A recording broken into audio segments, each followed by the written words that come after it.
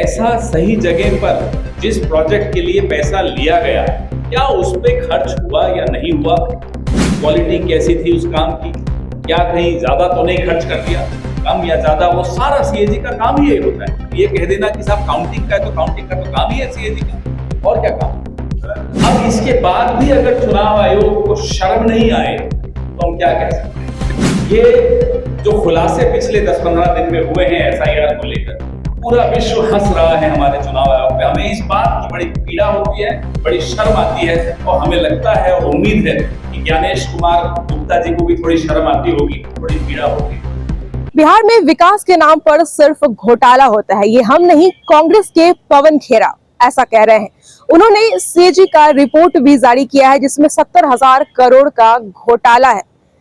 उन्होंने press conference बुलाया और तमाम जो किए गए वादे और जो घोटाला किए गए हैं, कहां कहां कौन कौन सा घोटाला किया गया है, हर चीज स्क्रीन पर हम आपको पहले वो दिखाते हैं। पहले वो देखिए, फिर पवन खेरा का बयान सुनिए।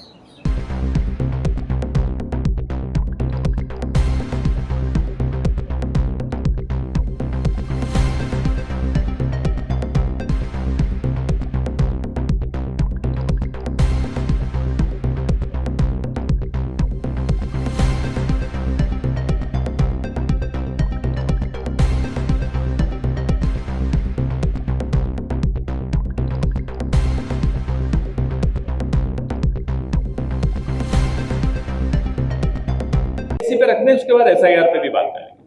अब जैसे एक लाइन सीएजी रिपोर्ट से आई है, हाई पेंडेंसी ऑफ यूसी, मतलब यूटिलाइजेशन सर्टिफिकेट का इतना पेंडिंग है, दिए ही नहीं।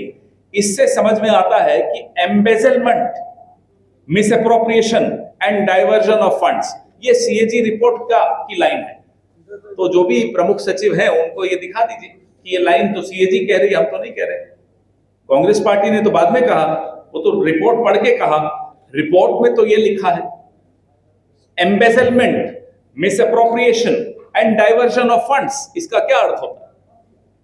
मैं प्रमुख सचिव जो भी हैं उनको मैं अभय जी और राजेश जी को कहूंगा उन्हें एक डिक्शनरी भेज दें। सिर्फ पीसी तो गलत शब्द है, क्योंकि पीसी सबसे महत्वपूर्ण होता है, क्योंकि आप लोगों की ताकत हमसे कहीं ज्यादा है। तो ये पीसी तो पीसी के माध्यम से ये लोगों तक बात पहुंचानी बहुत आवश्यक है। उसके बाद सड़क पर भी ये मुद्दा उठाया जाएगा, और संसद में भी हम प्रयास कर रहे हैं कि ये मुद्दा हम उठाएं, क्योंकि ये मुद्दा राष्ट्रीय महत्व का मुद्दा है। 70,000 करोड़, जिसमें केंद्र द्वारा आवंटित फंड्स भी हैं, कुछ प्रोजेक्ट्स ऐसे हैं जो केंद्र के फंड से चलते हैं। तो वो घोटाला जो है ये राष्ट्रीय स्तर का घोटाला है। 76,000 करोड़ बोला, उसको सीएजी ने खुद नोशनल लॉस बोला, एक्चुअल लॉस नहीं बोला था, नोशनल लॉस बोला। और जिन मंत्री का इस्तीफा हुआ 2017 में अदालत के माध्यम से, वो बाइज्जत बरी गई, लेकिन वो सरकारें अलग होती थी जहां जवाबदेही फिक्स की जाती थी, सुनिश्चित की जाती थी, जिम्मेदारी लेते थे लोग। मुझे याद है यूपीए के दौरान एक नहीं 8-7 मंत्रियों ने इस्तीफा दिया था जिम्मेदारी लेते। तो आज जो मोदी जी का दौर चल रहा है, उसमें जिम्मेदारी तो छोड़ दीजिए। कल आपने संसद में देखा, पहलगाम की जिम्मेदारी ले ही नहीं रहे। कोई मंत्री सामने नहीं आ रहा कि पहलगाम उसकी वजह से हुआ, मेरे से कोई चूक हो गई, कोई नहीं बोल। तो ये दौर अलग है, लेकिन हम मांग कर रहे हैं कि इन मंत्रियों का इस्तीफा हो। ये सरकार इस काबिल नहीं है कि उस पर भरोसा रखा जा सके। एक पैसे का भी भरोसा इस सरकार पे अब नहीं बचा। इसलिए हमारा नारा हम बार बार दोहराते हैं, अगर बिहार बदलना है तो सरकार बदलना है। काउंटिंग का मामला है भाई, सीएजी का काम ही काउंट करने का है, ऑडिट करने का है। क्या पैसा सही जगह पर जिस प्रोजेक्ट के लिए पैसा लिया गया, क्या उस पे खर्च हुआ या नहीं हुआ, क्वालिटी कैसी थी उस काम की, क्या कहीं ज्यादा तो नहीं खर्च कर दिया, कम या ज्यादा, वो सारा सीएजी का काम ही यही होता है। तो ये कह देना कि साहब काउंटिंग का है तो काउंटिंग का तो काम ही है सीएजी का, और क्या काम। अब इसके बाद भी अगर चुनाव आयोग को शर्म नहीं आए तो हम क्या कह सकते हैं। फिर तो हम, आपको मालूम है सुप्रीम कोर्ट में मामला चल ही रहा है और आपकी अदालत में हम हैं ही।